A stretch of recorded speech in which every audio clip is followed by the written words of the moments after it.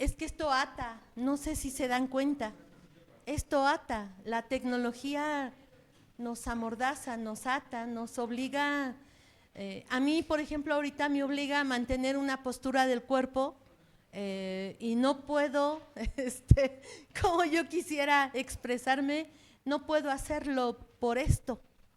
Entonces, es curioso porque en otros lugares me han grabado y no necesitan estas cosas, y igual graban. Y bueno, sí. Entonces, bueno, pues intentaremos hasta donde se pueda, ¿sí? Hola, yo soy Verónica Mata. Cuando dicen allá en el auditorio esta cuestión de los grados, es muy triste. Yo soy pedagoga. Yo lo que les mandé decir que dijeran es que soy pedagoga. Mi doctorado es en otra cosa y eso es lo que menos importa.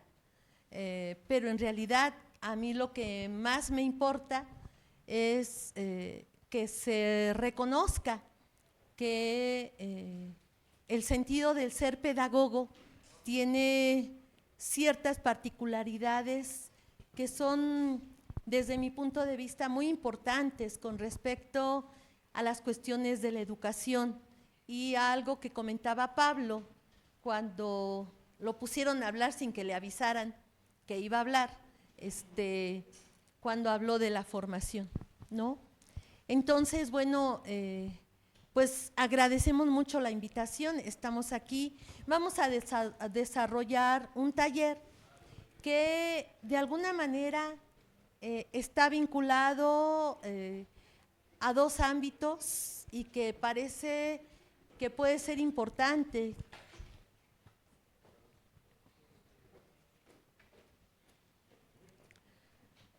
Dos ámbitos que pueden ser muy importantes frente a lo que estamos viviendo. Uno, si ustedes se dan cuenta, el trabajo de investigación que desarrollamos, el grupo que ahora empezamos a trabajar estos talleres, es un proyecto de investigación-intervención, es investigación-intervención, vinculado al proyecto de la nueva escuela mexicana. Cuando hablamos de la nueva escuela mexicana, yo quisiera que, si es posible, que nos hiciéramos a un lado. Es difícil, pero a ver si es posible, que nos hiciéramos a un lado de las cuestiones y las lógicas de la politiquería mexicana, no solo mexicana, en América Latina también se da lo mismo, en Europa igual pasa, en Italia, por ejemplo, en Francia, igual en España, con sus reyes, ¿no? Pasa igual, llena de contrasentidos, llena de, pues, corrupción, ¿sí? Pero es importante comprender el proyecto de la nueva escuela mexicana como el hecho que en el papel, y a veces las personas no le dan importancia a lo que está escrito, y como, perdón por la redundancia, lo que está escrito en el papel puede estar escrito en otro lugar. El escrito puede no ser objetual, pero bueno, lo que está escrito sobre el proyecto de la nueva escuela mexicana nos da permiso a los maestros de poder hacer y actuar en consonancia a eso que está escrito. Y si en la nueva escuela mexicana se alude a estas cuestiones del pensamiento crítico, estas cuestiones de la praxis, de la práctica, en contra del pragmatismo, hay aquí algo muy importante: la práctica no es pragmatismo y la hemos reducido a pragmatismo. La práctica, fíjense qué bonito, la práctica es reflexión, no es hacer cosas. Estar en la práctica no es hacer cosas. Yo ahorita estoy en la práctica y en este momento No estoy, lo más importante de mi actuar ahorita no es estar reflexionando, sino estar dando cuenta de todo lo proyectado, de lo que yo les tenía que comentar en este momento. Todo lo proyectado que yo les tenía que comentar en este momento, yo ya lo reflexioné. Ese momento donde yo reflexiono, ¿cómo me voy a parar? Por eso el micrófono me ata. ¿Cómo me voy a parar? ¿Cómo me voy a mover? ¿Qué voy a decir? ¿Cómo me voy a presentar? ¿Cómo los voy a mirar? ¿Cómo voy a hablar? ¿Dónde voy a bajar el tono de voz? ¿Dónde lo subo? Todo eso yo ya lo reflexioné. Es decir, el momento de la práctica es cuando yo reflexiono cómo me presento en el mundo. Y de alguna forma hay una cierta relación desde lo ontológico, desde cuestiones ontológicas, pero también vinculado a esto hasta cuestiones de relación ética y de relación política, pero no de esa política de los políticos, sino de la política que tiene que ver con la ciudad. De esa política a mí sí me gusta hablar. Entonces, si el proyecto de la nueva escuela mexicana nos permite, nos da la posibilidad de hablar de esto, de hablar de la crítica, de hablar de la práctica, no como pragmatismo, no como técnicas para operar. Si el proyecto de la nueva escuela mexicana nos permite hablar de un cierto sentido de igualdad política,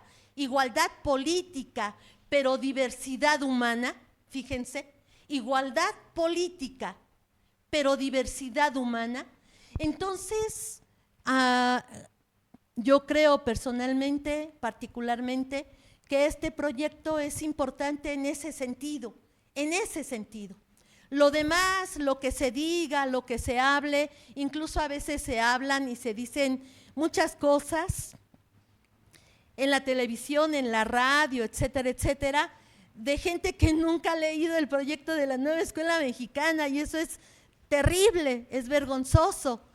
Incluso políticos que dicen cosas y que seguramente tampoco han leído tanto los documentos antecedentes al proyecto como el proyecto mismo, que son un buen de documentos, no es poquita la cosa. Entonces, a partir de ese proyecto, yo articulo con algo que tengo trabajando hace como 30 años más o menos. Yo he venido trabajando la cuestión de la violencia, ¿no?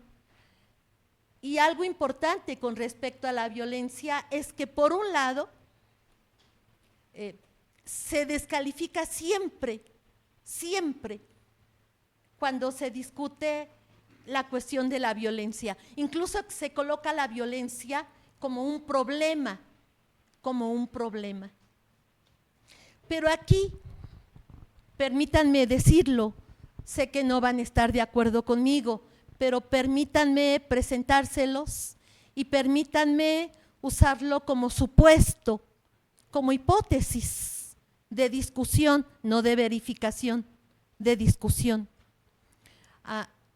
No siempre un acto violento es un acto que tenga que ser descalificado. No siempre. Los seres humanos necesitamos de momentos de mucha violencia, porque precisamente a partir del momento de violencia es que es posible como devenir algo, o que de alguna manera más o menos fue proyectado, o que no se sabe hacia dónde nos dirigirá, pero cambiamos. Hay un ejemplo que es bastante común, seguramente de alguna forma aquí todos lo han vivido, más o menos, el nacimiento. Nacer es un acto de mucha violencia. Imagínense el cuerpo que tiene adentro al producto y que tiene que abrirse literalmente, para que el otro cuerpo pueda, en su esfuerzo además, este esfuerzo que hace el producto por salir en ese pequeño orificio y entonces aventarse hacia el mundo. Como diría Freud, ser arrojados al mundo. No, es mucha violencia, porque además el cuerpo donde está el producto tiene que vivir la expulsión, no solamente de ese producto, sino además tiene que expulsar otras cosas y después va a tardar más de 5 años, dicen los médicos, más de 5 años en que ese cuerpo pueda regresar más o menos a su estado anterior. Más o menos 5 años, entre 5 y 7 años, en que los intestinos bajen, el estómago y todo se vuelva a colocar más o menos donde aparentemente tendría que estar. No es inmediato, tarda entre 5 y 7 años.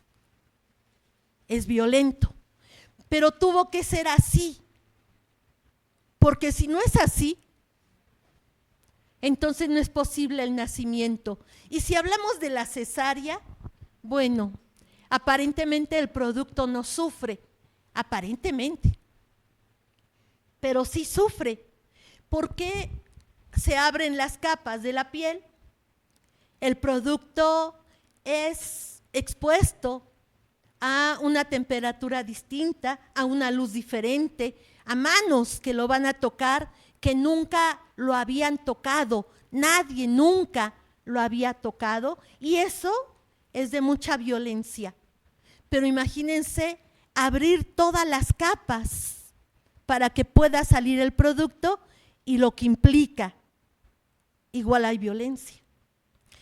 Entonces es interesante porque cuando hablamos de la violencia, tendríamos que pensarlo mucho. Sin los actos de violencia que constantemente y cotidianamente, en algún sentido, vivimos los seres humanos no podríamos reconstruirnos con la posibilidad de ser otros. Claro, hay otra violencia, que es esta violencia. Yo estudiaba a las muertas de Juárez, ¿se acuerdan? Cuando se empezó a hablar de las muertas de Ciudad Juárez.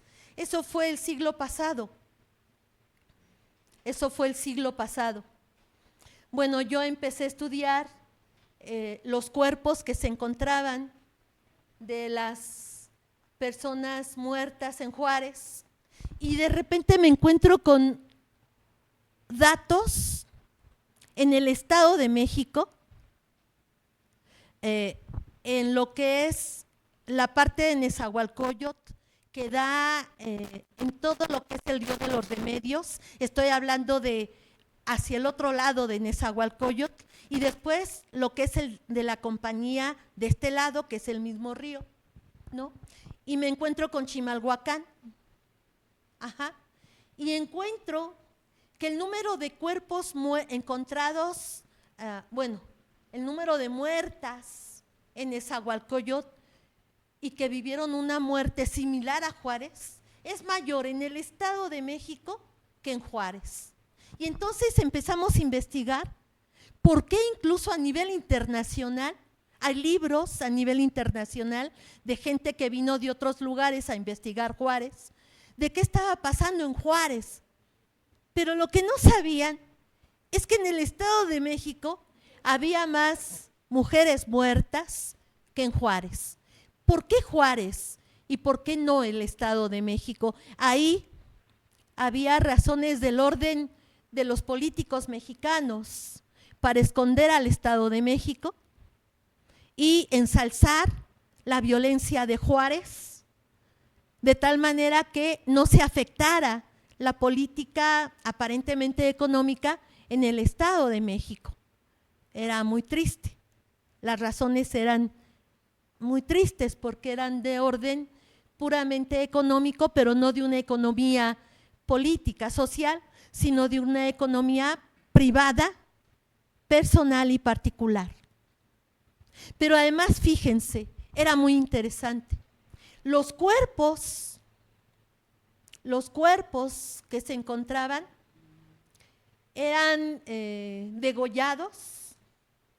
Encontrábamos la cabeza por un lado, las piernas por otro lado, el tronco por otro lado, pero cuando se hacían las autopsias, se encontraba que antes de morir, la persona, antes de morir, le habían quemado el cabello, le habían cortado, rebanado las nalgas, le habían quemado el clítoris, el monte de Venus, habían cortado los pezones y en algunos casos habían quitado la lengua. El cuerpo estaba vivo cuando se producía todo esto. Ya la mutilación, cortar el cuerpo, ya era lo de menos. Y entonces, en muchos casos, no había violación. No había violación. La pregunta era, ¿por qué pasa esto? En ese momento. Hoy sigue siendo. ¿Por qué pasa? No cómo pasa, porque el cómo es fácilmente evidente en el cuerpo y se puede describir. La pregunta es, ¿por qué pasa? ¿Por qué pasa? Sobre todo considerando dos cosas. Una, ¿por qué pasa si se supone que México, sobre todo a partir de Carlos Salinas de Gortari, algunos lo recordarán, se firma con Salinas de Gortari el primer tratado económico y se supone que la firma del primer tratado económico va a implicar y nos va a colocar, lo dice Salinas de Gortari en un discurso, México entró a la modernidad, usa el concepto mal, hasta en eso se equivoca Salinas, le falta formación ahí, o le faltaba. No entramos a la modernidad, tendría que haber dicho modernización.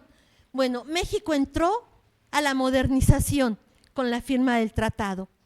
Claro, después viene el EZ y le declara la guerra al ejército mexicano y se va al caño la modernización y responsabiliza al EZ de que se vaya al caño la modernización con la firma del Tratado de Libre Comercio, con lo que ya se empieza a conformar como los bloques económicos, el bloque económico de América, con Estados Unidos y Canadá. Pero bueno, es decir, México se estaba modernizando, eso significaba aparentemente progreso. Éramos un país que estábamos progresando. Entonces uno se pregunta, si estamos progresando, ¿por qué encontramos cuerpos muertos con esa muerte tan aterradora, de una violencia tan extrema, tan vulgarmente evidente? ¿Por qué? Y la otra, lo digo, de verdad lo digo con mucho respeto, maestros, con mucho respeto. Resulta que el pueblo mexicano fundamentalmente es católico, pero sobre todo hay una mayor estadística del pueblo mexicano no católico, sino guadalupano.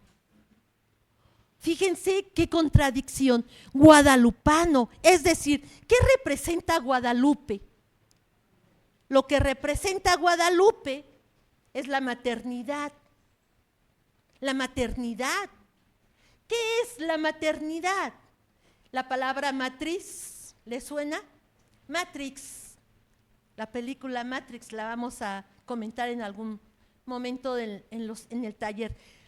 Matrix es el centro que gestiona, que produce, que crea la cosa.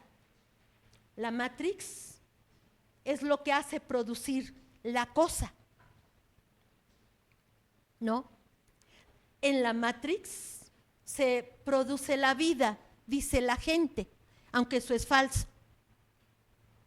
Eso es falso, no es en la matriz. Pero bueno, esa es otra discusión, ¿no? Entonces, qué curioso.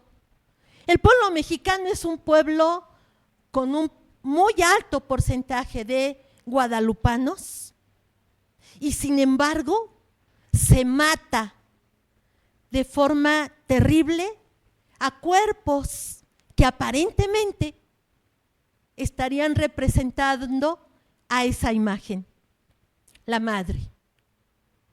¿Por qué? ¿Cómo ven? Eso pasaba también allá en aquella zona de Nezahualcóyotl, y eso pasaba también acá en el Río de la Compañía, y hoy, maestros, hoy sigue pasando.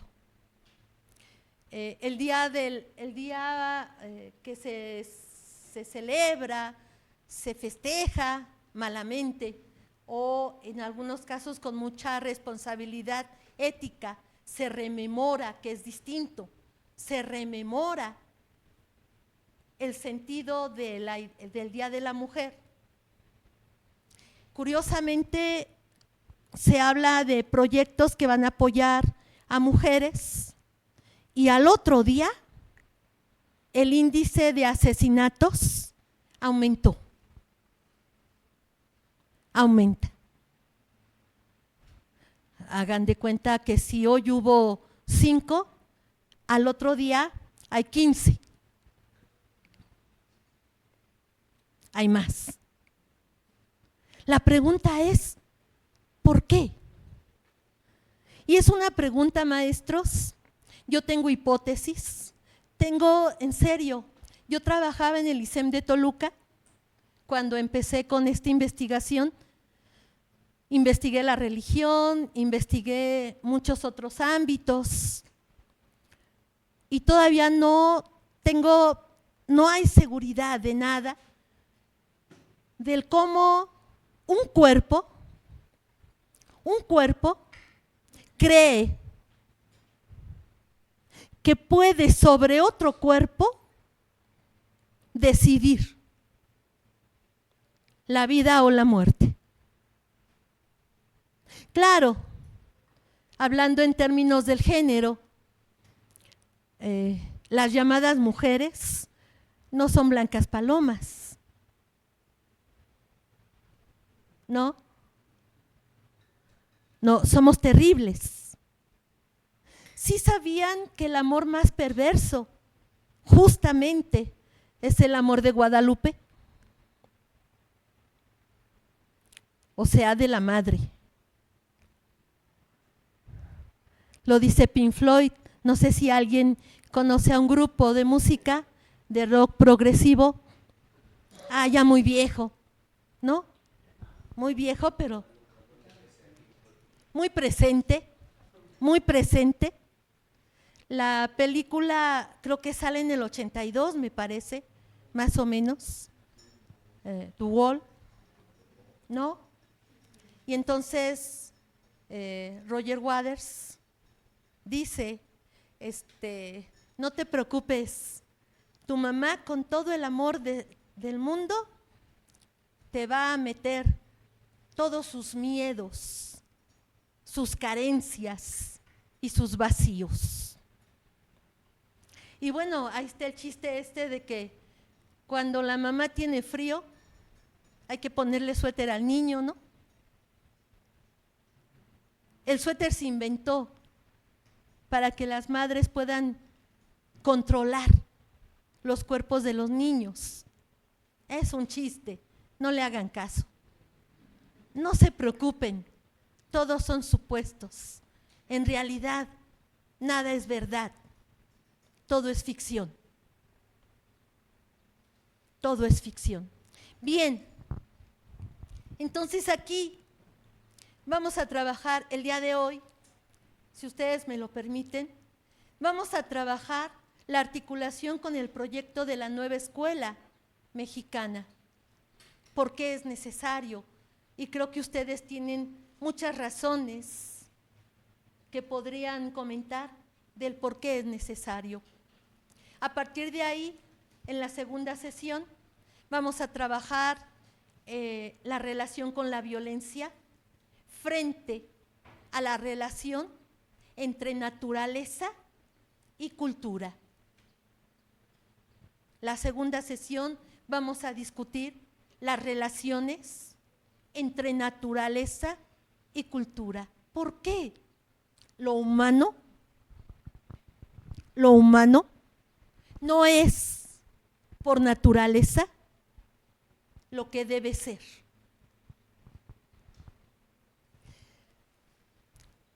Un perro, para hablar de un animal que tenemos bastante cercano, un perro nace perro y muere perro.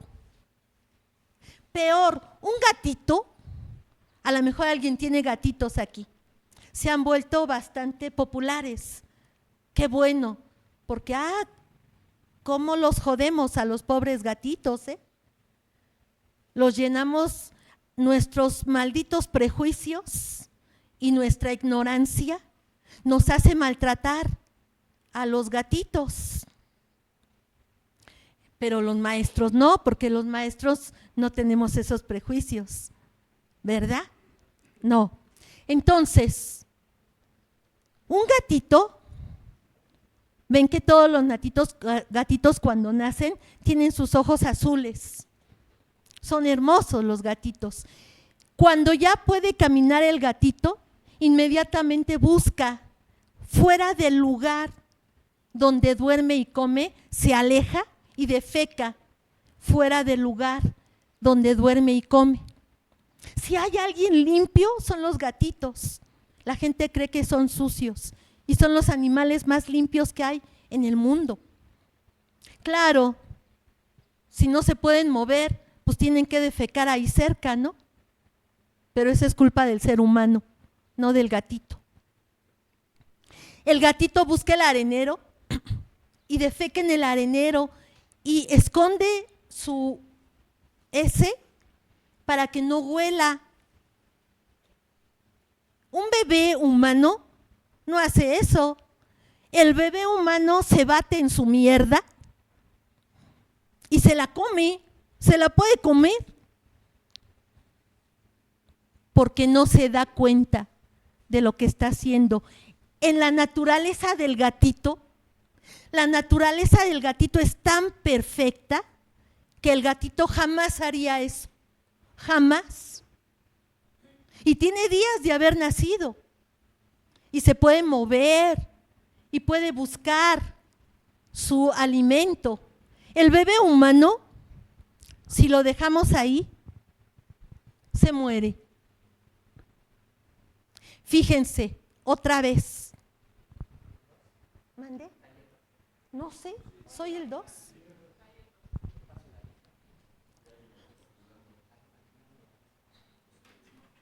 Sí, porque yo no paso lista. Yo no paso lista, Yo no juego a esas cosas. Entonces, si aquí les van a dar su constancia, pues ya ustedes se hacen cargo de su lista, ¿no? Bien, entonces, lo humano no es por naturaleza lo que debe ser. Lo humano es creación. Hay una película que yo les propongo, si la pueden ver por ahí, en sus ratos libres. Ya sé que van a decir, ay, yo no tengo ratos libres, tengo muchas cosas que hacer, soy una persona muy ocupada. El Principito. ¿Sí se acuerdan? El piloto del Principito. Bueno, luego les comento un concepto de tiempo de un filósofo alemán que se llama Martin Heidegger.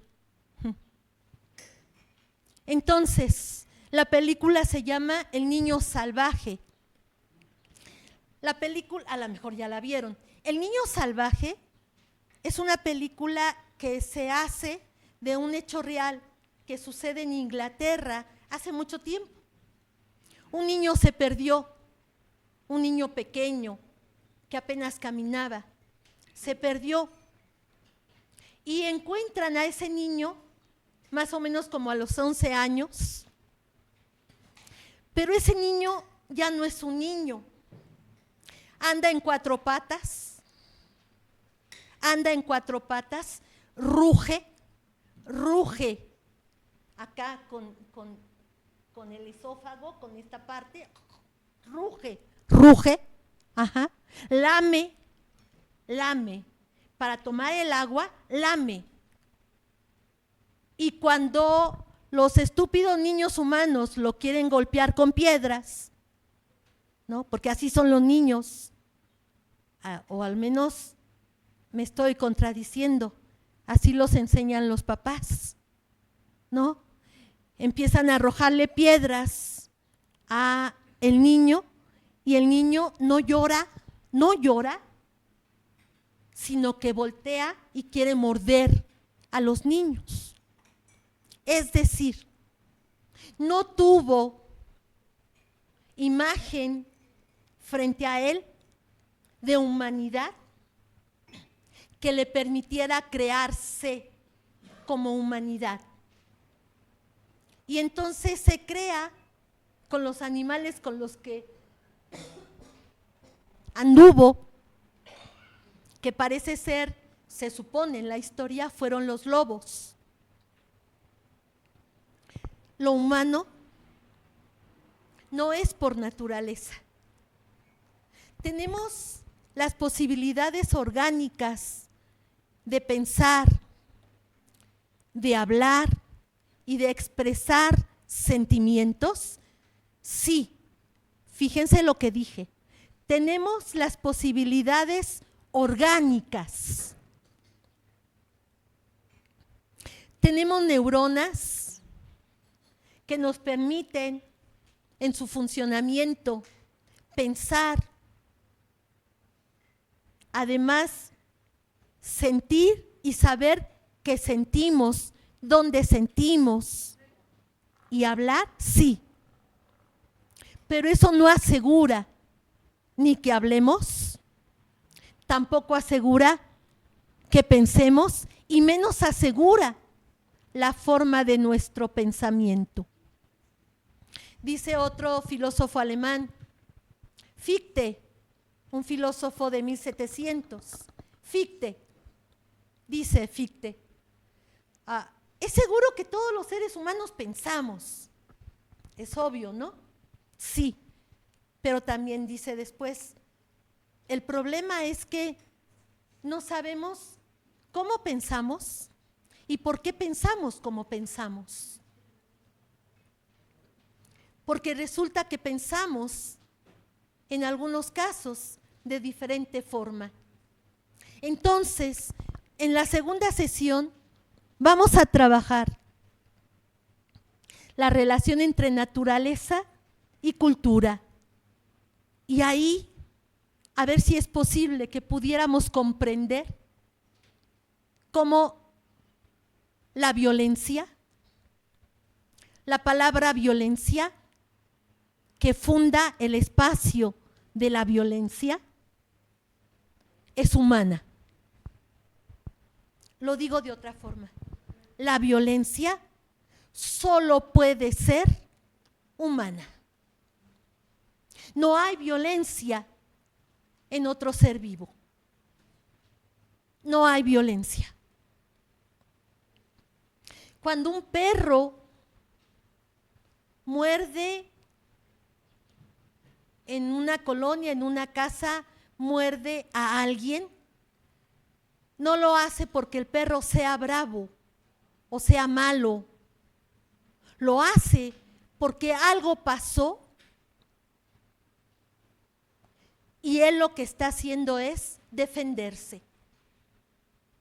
Cuando un león mata a un venado,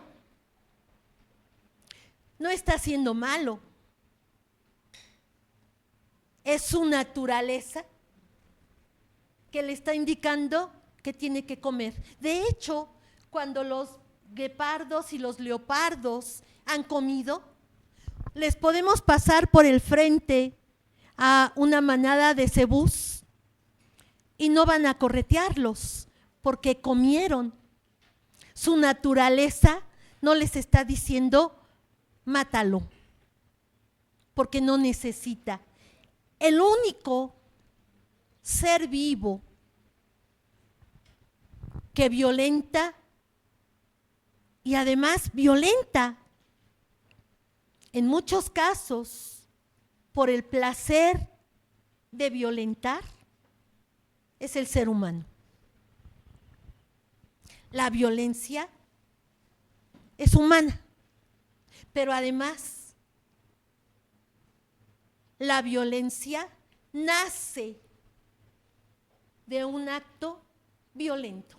Perdón, la humanidad nace de un acto violento. ¿Qué estoy diciendo, maestros? No nos podemos quitar la violencia de encima. Lo que estamos mirando, no solamente con los jóvenes, porque como estamos en prepa, entonces colocamos a los jóvenes como, ay, por ellos, porque están mal, mira, lo que hacen y cómo se dejan guiar por las redes y lo que pasa en las redes, y mira cómo se visten, y mira la música que escuchan, qué asco. Pues nosotros también, ¿no? Nosotros también.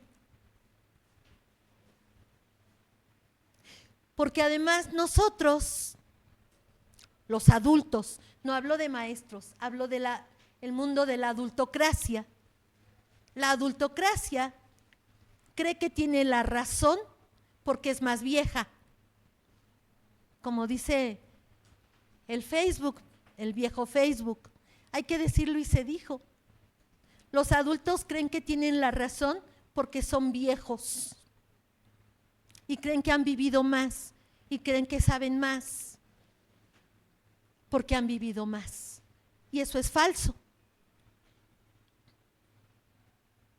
Porque yo puedo tener 70 años, 50 años, 45 años, 30 años y todos los días reproduzco el mismo círculo y tengo 30 años reproduciendo el mismo círculo y eso implica que no conozco más que el círculo que reproduzco y donde me reproduzco hace 30 años. Es como para volverse locos. ¿Se imaginan todos los días salir a las 6 de la mañana, llegar a un lugar a las 7, hablar, o como está prohibido que el maestro hable, yo no sé quién lo prohibió, Freire no, Freire no, aguas, lean a Freire. Freire no prohíbe que el maestro hable, lo que prohíbe o lo que critica es la reproducción tanto del alumno como del maestro. Pero imagínense que el autor de la palabra generadora mande callar al maestro. No, eso es falso. Entonces, hablo o los organizo en equipo. Gracias, maestro, qué amable.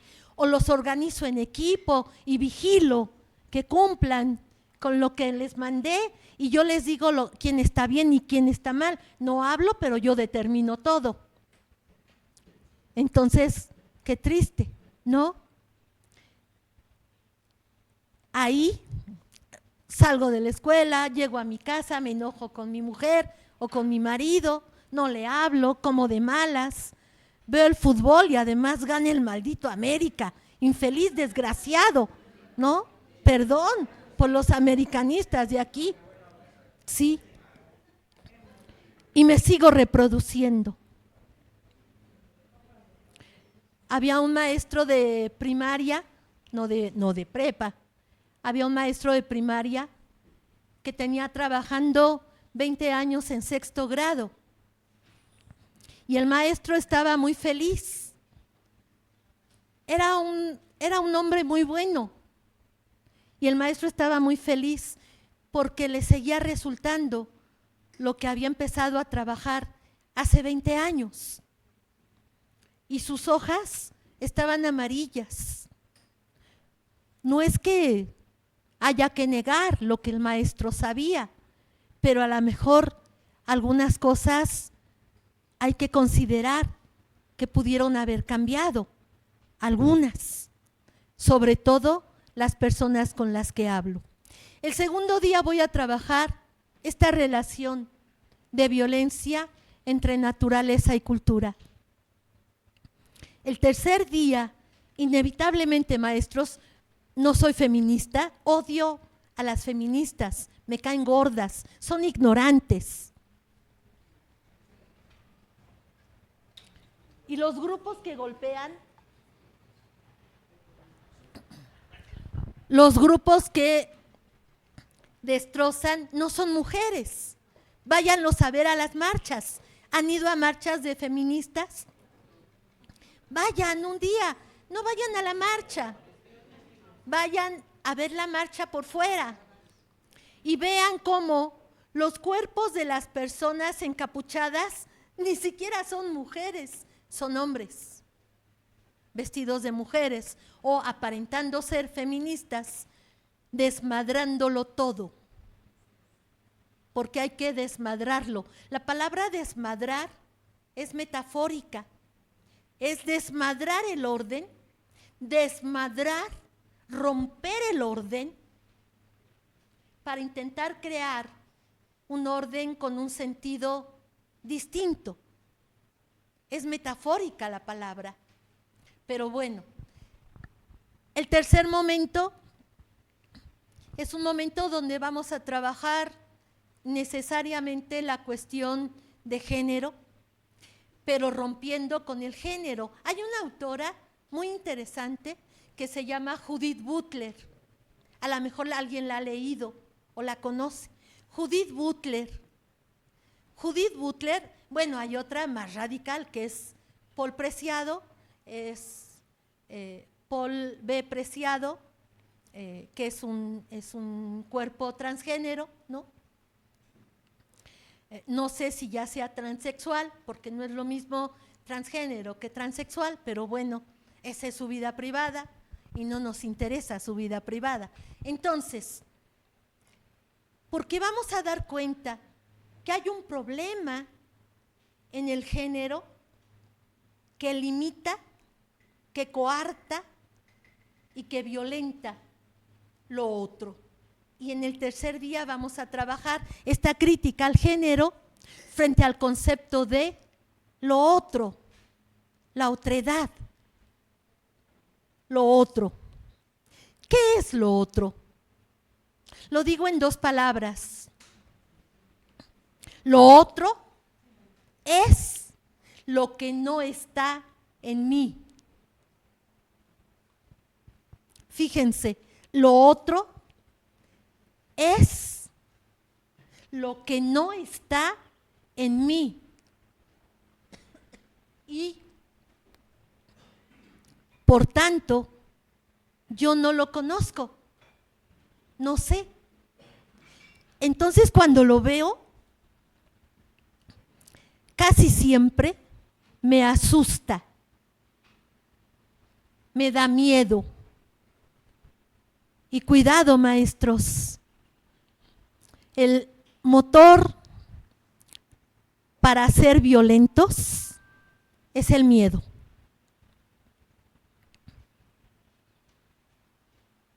Es el miedo. Y no necesitamos, aunque hoy está prohibida la palabra locura, a mí me encanta la palabra, no necesitamos estar locos para matar a otra persona, cualquier ser humano.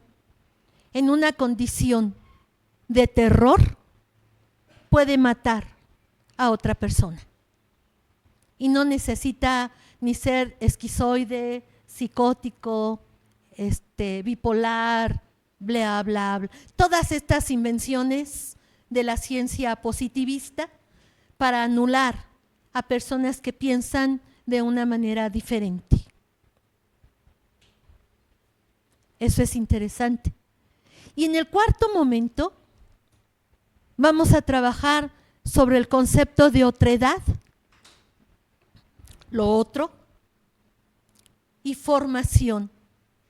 Y vamos a intentar desestructurar el sentido de lo joven a propósito de los estudiantes con los cuales ustedes están y los estudiantes con los cuales yo estoy. Ustedes son jóvenes y ustedes están frente a otros estudiantes que son más jóvenes, ¿no? Uno ya es viejo, ustedes son jóvenes y los otros son mucho más jóvenes, ¿no? ¿Por qué? Porque la juventud es una invención. Fíjense qué bonito. Un elemento coyuntural que hace significar la palabra juventud es la palabra gracia. ¿Qué tienen los jóvenes? Hoy, perdón, lo voy a decir, qué bueno que no están aquí. Hoy ya no lo tienen muchos. Muchos de esos que llamamos cronológicamente hablando, jóvenes. La juventud posee la gracia. ¿Qué es la gracia? La gracia es la alegría de vivir, la alegría de vivir. De tal manera que yo vivo cada día con pasión, me entrego a lo que estoy haciendo. La pasión es un padecimiento, es un padecer. Me proyecto a hacer algo y lo hago con gracia, es decir, con alegría, con pasión, con fuerza. Pongo todo lo que tengo, todas mis ideas, todo mi cuerpo para poder hacer eso, porque lo requiero para poder vivir, Por ejemplo, el hecho de ser maestros, no me gusta la palabra docencia, porque eso de que somos los que tenemos la luz, posa según, ¿no?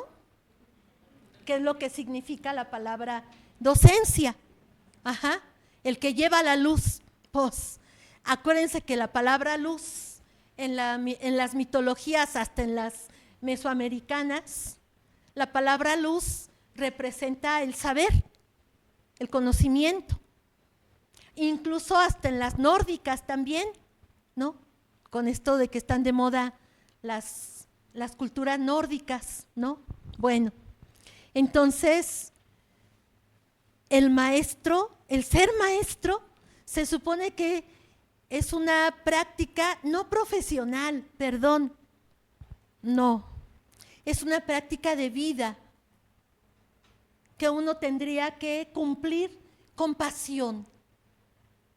Y ahí uno tendría que, aunque uno tenga 80 años, hay un maestro en la FES Aragón, en la UNAM, luego allá andamos también, ¿no?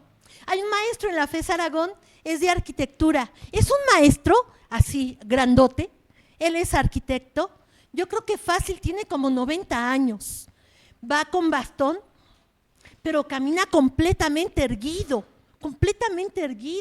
no se ha encorvado y camina así. Y además lo van a buscar de que llega con su carro al estacionamiento los estudiantes y van preguntándole cosas. Y el maestro va hablando. Ya es maestro ahí, ¿se dan cuenta? Ya es maestro ahí. No tiene que llegar al salón para ser maestro. Y tiene, yo creo que sí, más de 90 años. Claro, ha de ser SNI, no le ha de convenir jubilarse porque pues le quitan más de 100,000 pesos que está ganando, bla, bla, bla, pero le gusta ser maestro. Entonces, la juventud es de la gracia y puede haber una persona que ya no puede alzar mucho las piernas, ¿no? Que ya no puede mover demasiado los brazos, pero su espíritu es el espíritu de la gracia y hace lo que vive con la alegría de vivirlo, porque además sabe que mañana puede morir. ¿Saben qué nos envidian los dioses? Nos envidian nuestra finitud. Es porque vamos a morir que nos proyectamos en nuestra vida y al proyectarnos creamos cosas y nos creamos como humanidad. En el mejor de los casos, claro está, sin considerar la tecnología, la velocidad, el pragmatismo, la escuela que ha abandonado la formación y la educación y que se ha convertido en controladora de conductas y todas estas miserias que hoy vivimos, ¿no? Pero los dioses nos tienen envidia porque ellos son infinitos. Y al ser infinitos, no tiene sentido proyectar nada. ¿Por qué? Pues porque todo el tiempo, no hay tiempo, no hay espacio, siempre será un ahí como presente absoluto. En cambio, como nos vamos a morir, necesitamos proyectarnos y nos proyectamos, pues bueno, en el peor de los casos, desde donde la cultura nos mandata que tenemos que vivir y muchos pues nos sometemos y estudiamos y tenemos que sacar 10 y tenemos hijitos y nos casamos y de repente volteamos a mirar para atrás y nos damos cuenta que nuestra vida es aburrida, es monótona, es repetida y quizá ahí esté el momento de romperla, ¿no? Pero atreverse cuesta, ¿no? Bien, el último día vamos a trabajar esta cuestión de la otredad frente a la violencia, frente a la discusión de naturaleza y cultura y frente a la necesidad de una educación que, como decían en el auditorio, tiene que ser mejor, sí, pero ¿mejor en qué sentido? La palabra mejor está vacía. Mejor en el sentido, maestros, de que educar no significa transmitir conocimientos. Eso es falso, por favor, maestros de preparatoria. No. Yo uso como mediación los contenidos que tengo que mostrar, pero el fin de la educación es un ciudadano que se hace responsable del espacio público, de la ciudad, que respeta la otredad y que es ético, no moral, frente a lo otro. Porque eso implica la posibilidad de la existencia de la ciudad donde yo vivo. Y eso implica cierta certidumbre de mi vida y mi particularidad frente a lo otro. Cosas que hoy no tenemos. Cosas que hoy no tenemos. Miren, abran las redes sociales, cualquiera, la más viejita, Facebook, ¿no? Que al principio era de los chavos y ahora es de los viejos, ¿no? TikTok, WhatsApp y las prohibidas, estas que nos da miedo entrar porque nos van a vigilar, ¿no? Bueno, y vean cuántas personas desaparecen todos los días. La educación no tiene como finalidad que el sujeto reproduzca y se reproduzca en el conocimiento para encontrar trabajo, ganar dinero y ser feliz, según lo que dicta el mundo del consumo. No, porque además yo acabo de comprar mi celular. Aquí está. Miren, acabo de cambiar mi celular. Este es caro, ¿no? Es usado, pero es caro. Cuesta 12,000 pesos. Pinche celular, sirve, ¿no? Y entonces, yo creo que soy el celular que me representa. ¿Sí se dan cuenta? La pobreza, pero además lo terrible que somos, es cierto. En las imágenes reproducidas en internet, es cierto, la gente anda con la mano cargando todo el tiempo la maldita pantalla.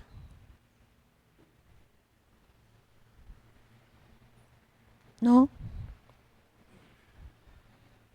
Y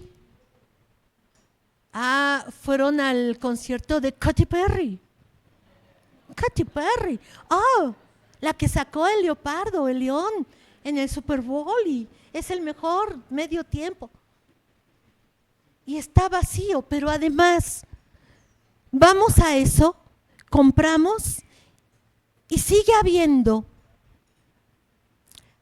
abajo de las costillas, entre las costillas y el estómago, una sensación como de vacío, como de indiferencia, como de malestar, porque compré ese maldito celular que no he pagado y no es lo que yo esperaba.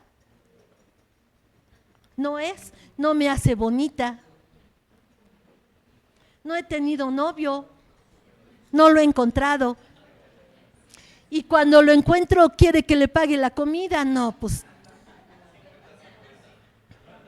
50-50, eso no existe. Eso es pura administración, qué asco. Nah, sácate. ¿Sí se dan cuenta? Y hay un vacío. Algo me falta. Siempre algo me falta.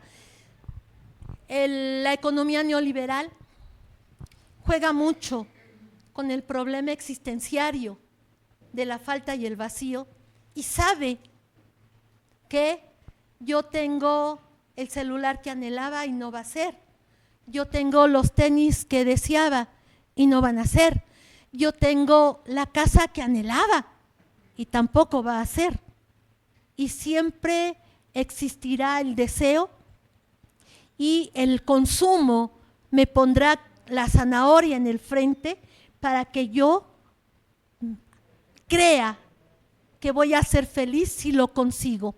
Hay un coreano, un filósofo, no me gusta mucho porque banaliza a Hegel, a Heidegger, a la escuela de Frankfurt, y bueno, uno que medio los ha medio revisado, uno dice, no manches, el Billy Han o algo así, ¿no? Bueno, hay un libro, es el último que publicó, hay que leerlo, y él pregunta, ¿por qué tenemos como fin que ser felices?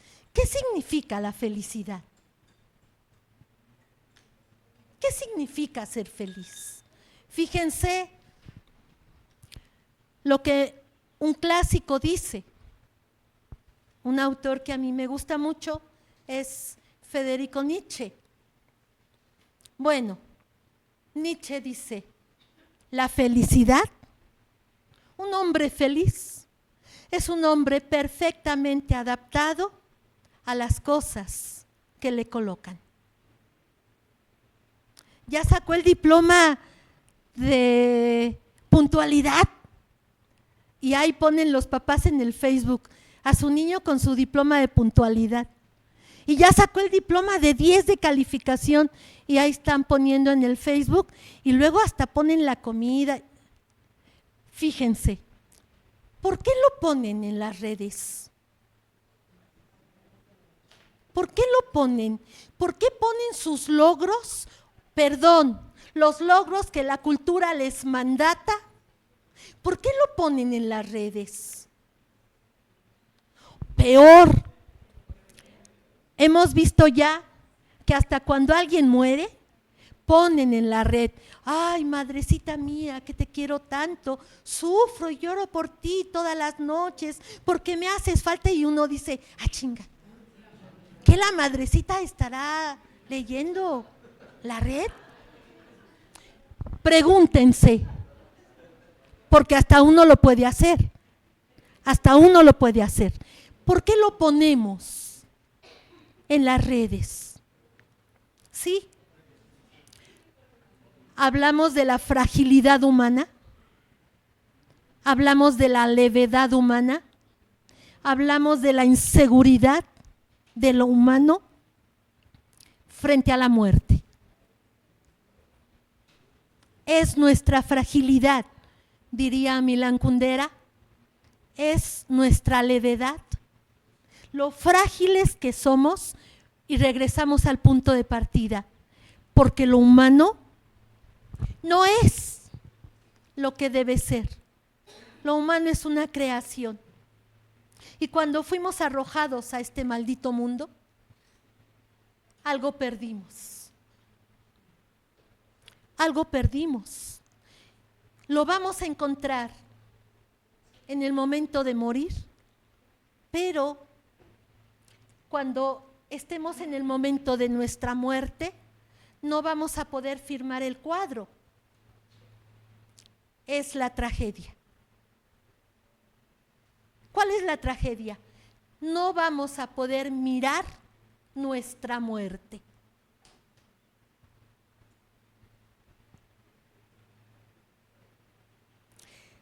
Entonces, regresamos al punto de partida y regresamos, yo les digo a los chavos y luego a los maestros con los que puedo trabajar, cuando menos que en la escuela podamos construir espacios mínimos, breves, pequeños, donde logremos sobrevivir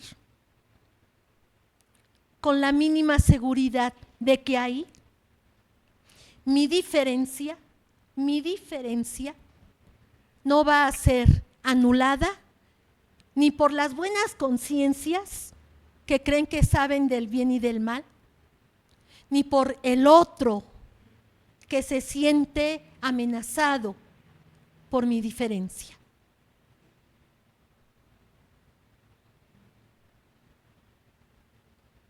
Y eso es un poco la lógica del taller que yo les propongo y lo que voy a trabajar, la forma de trabajar. Hoy vamos a comentar cosas, pero la próxima sesión vamos a intentar, maestros, y sí lo vamos a poder hacer. He trabajado con grupos de personas que no se mueven nada. Bueno, vamos a intentar trabajar con el performance. ¿El performance? ¿Les suena la palabra performance? Performance. Hay una gran performantera que es Yoko Ono. A mí me encanta porque me encantan los Beatles además, ¿no? Y soy fan de John Lennon, aunque que Paul McCartney pueda venir a México y tocar es una cosa, es una cosa grandiosa, verlo es una cosa increíble, ¿no? Bueno, y verlo chiquito además, ¿no? Sí, pues sí, ni modo. Entonces, sin embargo, Yoko Ono, antes de conocer a John Lennon, ya era una persona que hacía performance y tenía presentaciones en museos en Nueva York. No era una desconocida. Para aquellos que siguen creyendo que fue la responsable de que los Beatles se separaran, bla, siempre le echan la culpa a una pobre mujer. Pobres mujercitas, si somos re lindas, re santas y re buenas. ¿No? Pss, ¿cómo?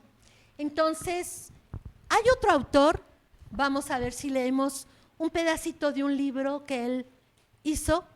Es un autor, es un teatrero, que es Antoniette Artaud. Antoniette Artaud, es Artaud, UD al final.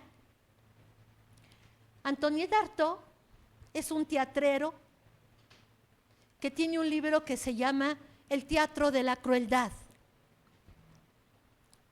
Y yo les propongo, maestros, que seamos crueles.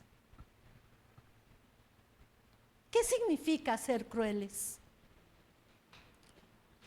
Que hablemos claro. Dejemos a un lado lo políticamente correcto, la simulación y la hipocresía de los adultos. Y que hablemos con la parresia. La palabra parresia es una palabra griega y significa eso. A ver, no nos andemos tras las ramas. Hablemos claro. Hablémonos claro con la verdad. Aguas. Cuando digo la verdad, estoy diciendo de un enunciado que en algún momento un grupo de personas convinieron que eso iba a ser verdadero porque les quedaba bien, porque les apoyaba, pero hay un momento donde hay que romperlo, ya no queda bien. Por ejemplo, maestros, hoy está haciendo crisis de forma brutal. La escuelita, maestros, ¿de veras ustedes están ansiosos por estar aquí? ¿En serio? Apasionados por estar aquí, escuchando. A ver, díganlo y lo que se dice en la cuadra se queda en la cuadra, ¿no? Y el que vaya de chismoso, pues, ahí nos vamos a enterar, porque además en la escuela uno se entera de todo. ¿Quiénes están aquí obligados que querían estar en otro taller y les dijeron, no, tienen que estar ahí porque todos los grupos tienen que tener más o menos los mismos integrantes? ¿Quiénes están obligados? Hablemos claro.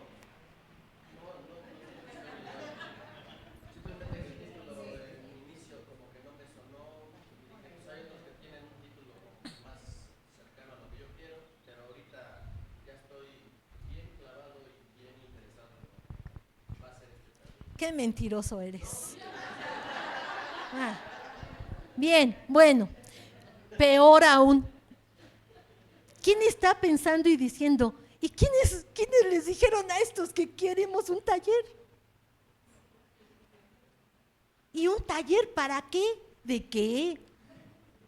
Bueno, sí nos van a dar una constancia que con valor curricular, que da dinero, ¿no? Si la meten en escalafón, ¿da dinero? Sí, da dinero, ¿no? Da puntitos, da puntitos. Y los puntitos se acumulan, ¿no? ¡Ay, somos bien godines! ¿No? Somos bien godines. Eso es hablar claro, maestros. La parresia es una forma de hablar donde no nos andamos tras las ramas. Decir la cosa como es. Es hablar en la médula de los huesos y echarle limón al hueso y que arda, que duela.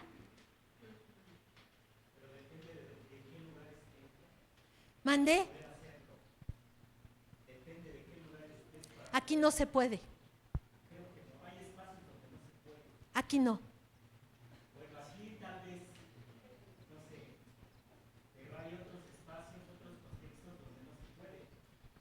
como diría, ¿leyeron a Mafalda? Mafalda, algunos. Bueno, está el de la cabeza de zanahoria, ¿cómo se llama? ¿Danielito? ¿Mandé? No, Felipe no. Manolito no, ese es el capitalista.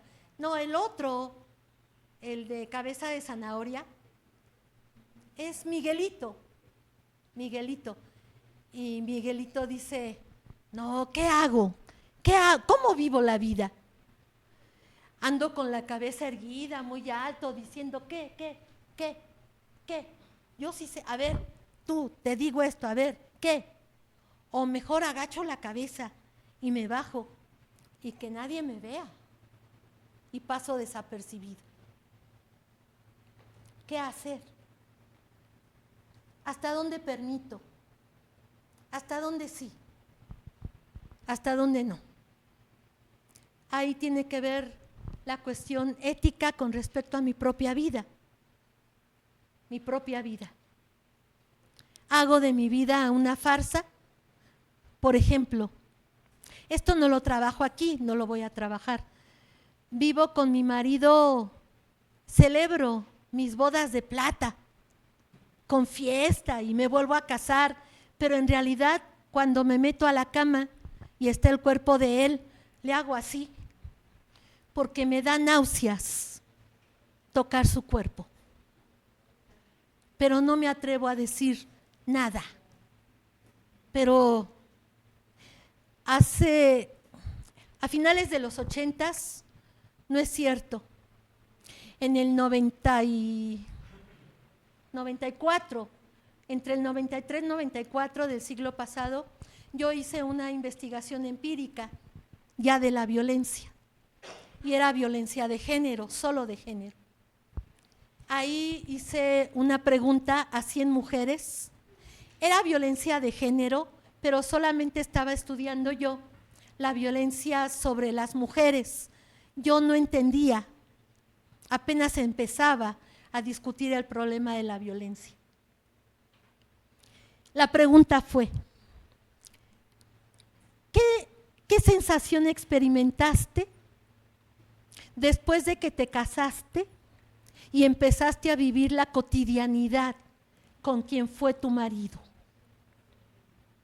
La respuesta de las 100 mujeres, tenía una mujer que había vivido las bodas de oro, tenía casi 80 años, y la más pequeña era una niña de 14 años. Claro, cogió, se embarazó y se casó, estúpidamente, ¿no?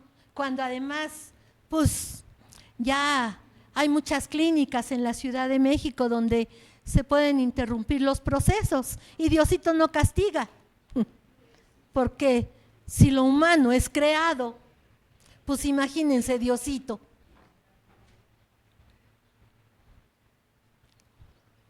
¿No? Ay, güey, con calma. Entonces, ¿qué dijeron las mujeres? Me quería regresar. La respuesta de las 100 mujeres fue, yo ya no quería estar con él, me quería regresar. En algunos casos se pudieron ir de luna de miel y tenían más o menos un mes de haberse casado. En otros casos, pues no hubo luna de miel, decidieron vivir juntos. La respuesta fue, no era, él no es. ¿Sí se dan cuenta? La siguiente pregunta, solamente escogí a la mitad de las entrevistadas, a la más grande y a la más chica sí la escogí. ¿Y por qué no te regresaste? Es que me había casado, yo me casé bien, dice la señora, yo me casé bien. ¿Cómo me iba a regresar? ¿Qué iban a pensar mis papás? ¿Qué me iba a decir mi mamá? Mi papá no me hubiera aceptado en la casa. ¿Qué dice la más joven? No sé trabajar, no he terminado la prepa, no tengo dinero y estoy esperando un producto. Si me regreso, va a vivir en un cuarto donde yo vivo con mis papás y a lo mejor con este güey puedo tener algo mejor. No lo tuvo, no lo tuvo. Se los digo porque lo viví, no lo tuvo. Y se separó años después de estar con él. El amor es control. Y lo que se vive en la relación matrimonial es un contrato. Es un contrato. Ustedes lo saben, aquí hay historiadores seguramente. Ustedes saben que el amor nace como un contrato entre familias, no entre personas, entre familias. Y es un contrato para no perder cierto poder. Eso es el matrimonio.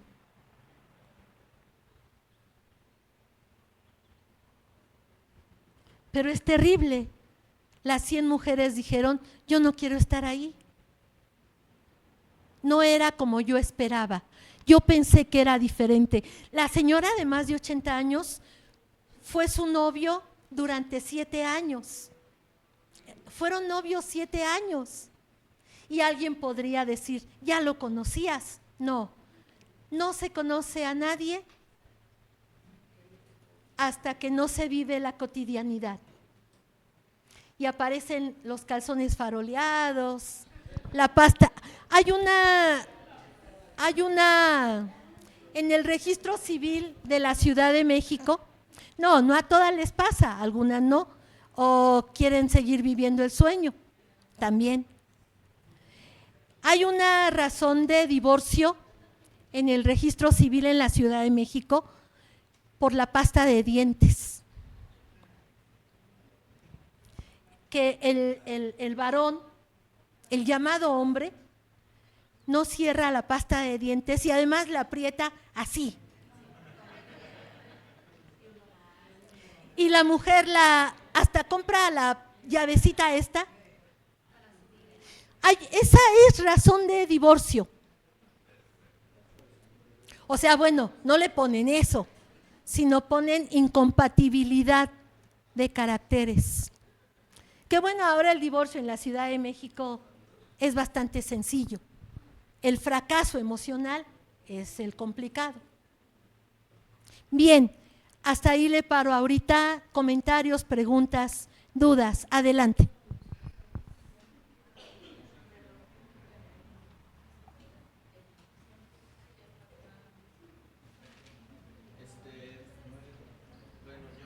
Sí. Adelante. Adelante.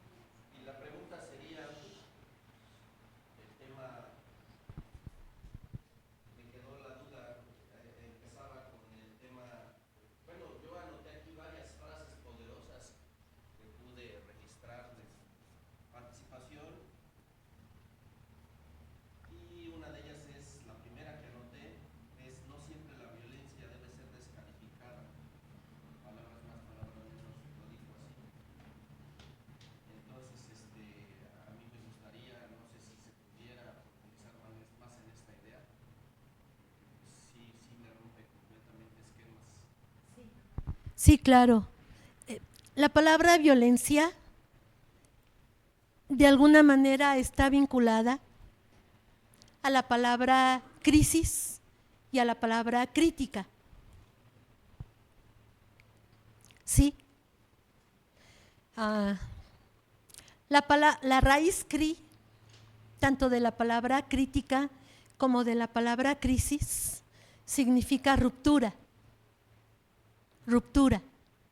Aquí dan etimologías. No les digo. Las materias que tendrían que permanecer desaparecen. Pregúntense por qué. Pregúntense por qué, diablos. No se da filosofía, no se da etimología, no se da sociología.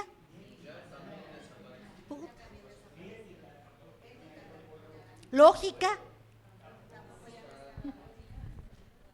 Pues entonces, ¿qué materias imparten? No manchen. Sí, de todo, sí. Bueno, regreso. Cuando hay crisis, la crisis implica romper, ¿no? Hay una crisis en una relación de noviazgo, hay una crisis en una relación matrimonial, hay una crisis en una relación entre padres e hijos. ¿Se acuerdan, por ejemplo, acaba de pasar la película esta que se llama Cuando los hijos se van, película mexicana, Fernando Soler, véanla, les puede ayudar. El cine es cultura, véanlo. Bueno. Pero vean este cine que pareciera ser que, está viejo, ya no sirve. Vean, Cuando los hijos se van. Hay una escena donde Alberto Vázquez está siendo acusado de no sé qué cosa, y entonces él sube, hace sus maletas, baja y le dice a su madre, a la madrecita santa y amorosa que sufre mucho, le dice que se va a ir, y al padre no quiere ni verlo. Y se va y cierra la puerta. Allá hay violencia. ¿Por qué? ¿Por qué hay violencia ahí? Se está fracturando la estructura del orden familiar, que en esa época son los 50s, no, ya son los 60s, porque Alberto Vázquez ya había pasado la onda del que rock mexicano, bueno, ese rock, ¿no? Ese rock. Serán como principios de los 60s, que yo creo, más o menos. ¿Mande? No, en blanco y negro. No, a ver, ahí búsquela, ahí está el internet, la pueden encontrar rápidamente. Bueno, la ruptura del orden familiar en ese momento es insospechado. ¿Mande? 69, gracias maestro. 69, ya casi los 70s, ¿no? Yo pensé que era más vieja, pero es en blanco y negro. Sí. Pero esa es otra película que se llama El Día de la Madre. Esa es buenísima. A mí me cae gorda Sara García, la odio. Hay una escena, allá hay violencia también. Fíjense, hay una escena donde los hijos están brindando por el Día de la Mamá, pero antes se cayó una copa. Quien está trapeando con las rodillas en el suelo es Sara García, la mamá. Es una cuestión metafórica de representación simbólica muy fuerte, porque aquí están los hijos brindando por el Día de la Madre y la madre está en el suelo limpiando la copa. Y luego el hijo, se muere el padre, y el hijo mayor le dice, no te preocupes madre, Tito Junco, ¿no? No te preocupes madre, yo me haré cargo de ti, me haré cargo de la herencia de papá, yo seré tu administrador y te pasaré cada mes. Y la madre le dice, no, espérate güey, calma, me voy a ir de viaje. Tiene una hija loca, la hija loca no se casó, rompe, allá hay violencia. No se casó, viaja y se lleva a la madre y deja a los hijos y los abandona. Y allá hay una ruptura con respecto a la imagen de la madre. Y la hace Sara García. Es muy interesante esa película para verla. La violencia, ¿qué significa la palabra violencia? La palabra violencia significa una fuerza, es la etimología, es una fuerza que al impactar rompe con la estructura donde está impactando, rompe. Eso es violencia. Hay violencias necesarias y hay violencias que quisiéramos quitarnos de encima, pero no vamos a poder. ¿Por qué? Lo humano, yo tengo una hipótesis, esa es mía, es mi locura. Yo creo que el concepto de humanidad que nace en Occidente, nos guste o no nos guste, maestros, lo digo así como la historia en términos de la relación presente-pasado nos permite leer, ¿sí? El concepto de humanidad que nace en Occidente y nos coloniza a nosotros, nos guste o no, ¿sí? Nos guste o no. Somos más colonizados por Occidente a partir de dos cosas que están vinculadas a representaciones simbólicas e imaginales: el lenguaje y lo teológico, ¿no? Pues tendríamos que dejar de creer en lo que se supone creemos. Eso ni siquiera es Europa, viene de Medio Oriente, la religión judio-cristiana, que llega a Europa, en España, y que después llega a nosotros, es de Medio Oriente, pero incluso está vinculada con las primeras culturas, que son los fenicios, los mesopotámicos, y allá hay un libro que si ustedes lo leen, les va a sorprender, que es el Gilgamesh. Léanlo para que se den cuenta. Y también hay historias en Grecia que fueron refriteadas para crear lo que se conoce como el Antiguo y el Nuevo Testamento. Así son las cosas. Hay registros. Sí, hay registros.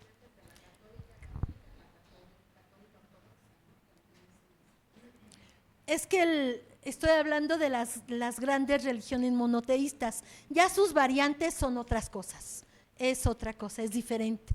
Y se usan para controlar. Siempre que hay crisis social, y ahorita tenemos una gran crisis, no solo social, cultural, ontológica también, aparecen pequeñas variantes de religiones que lo que están haciendo es controlar.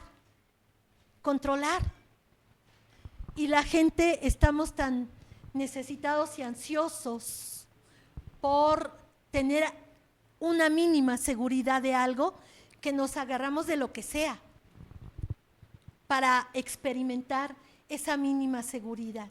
Entonces, un poco la idea de violencia la articulamos con esta palabra de crisis y de crítica, que significa ruptura. A veces es necesario violentar órdenes que ya dieron de sí. El concepto de humanidad que conocemos está dando de sí. Yo creo que estamos al borde de una transformación radical de lo que hasta en el momento hemos conocido como humanidad. Y lo estamos mirando. Acaba de haber una exposición en España, me parece fue en España, de un performancero.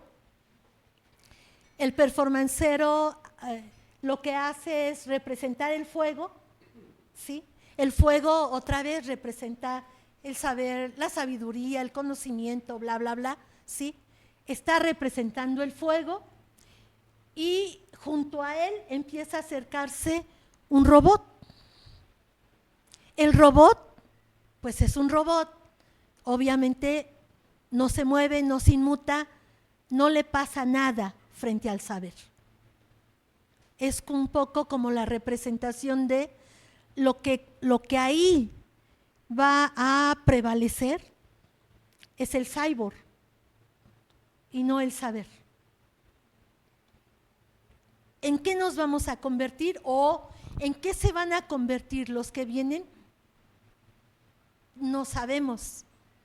Y el concepto, por ejemplo, de familia, que se ha estirado, pero terriblemente, se ha estirado mucho, de tal forma que a cualquier relación entre dos personas se le llama familia, para no decir que en realidad la familia ha dejado de existir.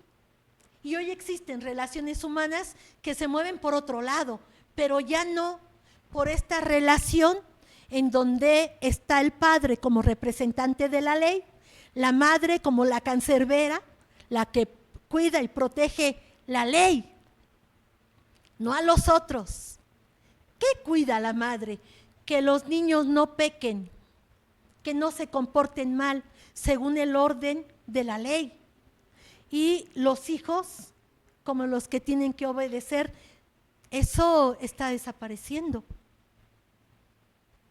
La ley se está rompiendo. Voy a decirlo como lo diría Lacan, un psicoanalista. Nosotros hemos sido construidos subjetivamente a través del lenguaje. Cuando la gente dice que las palabras no sirven, que lo importante son los actos, híjole, es pura ignorancia. ¿Por qué?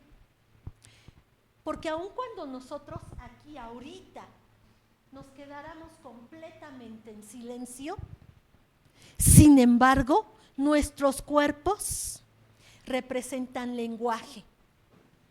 El lenguaje no solo es gramatical, es icónico también, ¿no? Entonces, los discursos que tenemos en la cabeza se están rompiendo y están generándose nuevos lenguajes. Y esos nuevos lenguajes están construyendo nuevas formas de habitar el mundo, diferentes. Es terrible porque la escuela, yo no critico la escuela en esta lógica de pizarrón, de escuchar, de debatir, de discutir, no. Lo que critico de la escuela es que el maestro enseñe sus saberes como si no existiera la historia, como lectura del presente. Y en la historia como lectura del presente no estuvieran las crisis sociales, económicas, ontológicas, existenciales, culturales. De tal manera que podemos encontrar maestros que están enseñando geopolítica y están enseñando Europa del Norte como hace 20 años. O maestros de primaria que están enseñando las estaciones del año. Primavera, verano, otoño, eso ya no existe. No existen ya las estaciones del año. Eso es pasado. Habría que enseñarlas como pasado, pero en realidad vean el calor que hace ahorita. No es esto, podríamos decir, ¿es normal? Pues no es normal porque antes no pasaba, pero ahora ya se está regularizando. Y estamos viviendo temperaturas que los mexicanos no soportamos porque viviendo en la zona del Ecuador, las temperaturas no deberían de subir arriba de los 30 grados. Y en junio va a venir una ola de calor de más, incluso de 40 grados. Si yo no articulo mi saber con lo que en el presente sucede, ¿qué estoy haciendo? Si yo repito todos los años lo mismo, ¿qué estoy haciendo como maestro? Y entonces lo que está pasando es que en el espacio público, que es la ciudad, la calle, la gente, como está enseñada según las redes sociales y muchos maestros en la escuela, está enseñada a competir y demostrar que se es el mejor absurdamente, entonces en la calle también se compite. Todo es competencia, ¿no? Ingresan a estudiar un posgrado y quieren ser el primero en titularse. Y uno pregunta, yo fui el primero que me titulé de la generación. Ajá, y luego, ¿qué ganaste? ¿Qué recibiste algo? ¿Te dieron algo? ¿Qué? ¿Qué pasó? No pasó nada. La competencia rivaliza y nos impide la relación con lo otro y nos obstaculiza la relación de comunidad. Eso lo vamos a trabajar en la última sesión. Va. Creo que ya nos tenemos que salir, ¿verdad?